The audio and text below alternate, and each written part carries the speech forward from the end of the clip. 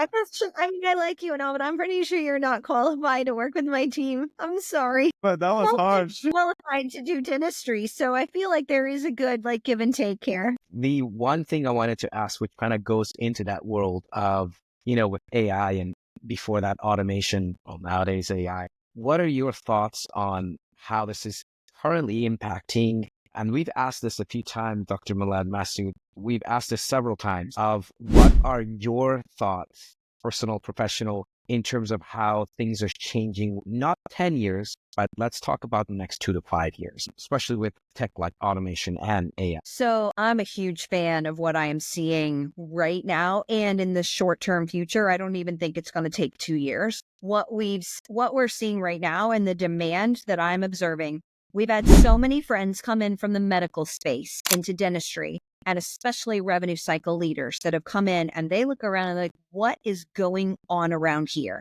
You guys are 25 years behind medical. And I learned this lesson. So I was working with a potential client. He was a revenue cycle lead that had come from medical into dental, and he had kind of got his arm twisted to come into the dental space. And I think it was a small group. I don't think it was maybe 10, right?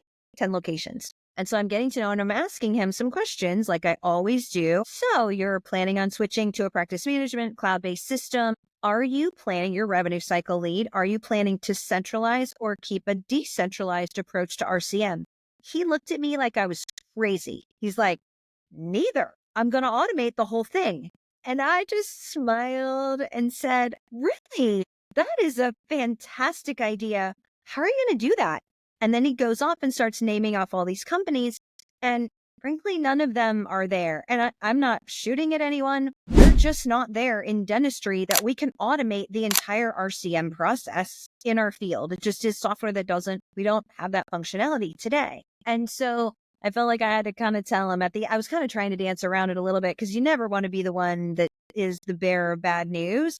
But at the end of it, I'm like, look, I just have to tell you, we're not there yet. None of the systems that you are talking about. And he's like, well, they said, and I said, so here's the other thing. You're coming in and you're using language, frankly, that my dental sales team members, I'll bet they don't understand. And so what I would encourage you to do is go back to all the folks that you are telling me they can do all of these things and ask them to show you so you can eyeball it.